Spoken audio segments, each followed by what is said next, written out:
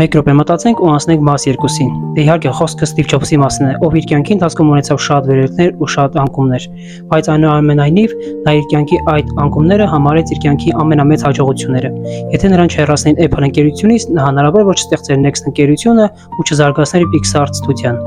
Հնարավոր է որ եթե չվերադառնար Apple ընկերություն ու չստեղծեր iMac-ը, iPod-ը, iPhone։ Ցավոք սրտի 2003 թվականին նրա մոտ բժիշկներ հայտնաբերեցին ենթաստամոքսային գեղձի հազվագյուտ քաղցկեղ։ 2005 թվականին Ստենֆորդի համալսարանների ավարտական ելույթի ժամանակ նրա խոսքերը տպավորիչ էին։ Տպավորիչ էին այն առումով, որ նա չէր խոսում ոչ իր հաջողությունների մասին, այլ խոսում էր իր ամենակարևոր ռեսուրսի մասին՝ ժամանակի մասին։ Նրա արտահայտած մտքերը անցյալում, այսօր եւ նույնիսկ ապագայում կմնա միշտ արտիական մարդու ամենակարևոր որոշումներ կայացնելուց առաջ։ Ինչ էր ասում նա. ժամանակը սահմանափակ է եւ այն անիմաստ է օգտագործել ուրիշների կյանքով ապրելու համար։ Մեկ միտք եւս ասաց, որ եթե ես հիշում եմ, որ մի օր մահանալու եմ,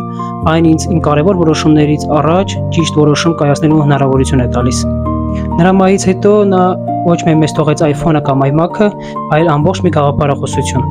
Գաղափարախոսություն ժամանակի մասին, որը այն շատ սահմանափակ է, եւ եթե այն ավարտվում է, ոչ փողը եւ ոչ էլ նոր տեխնոլոգիաները այն հետ չեն բերելու։ Իսկ դուք հետևեք էջին, որովհետև առջևում շատ հետաքրքիր պատմություններ են մեզ սպասում, կարող եք թողնել ձեր մեկնաբանությունները ու տարածել տեսանյութը։ Շնորհակալ եմ բոլորիդ։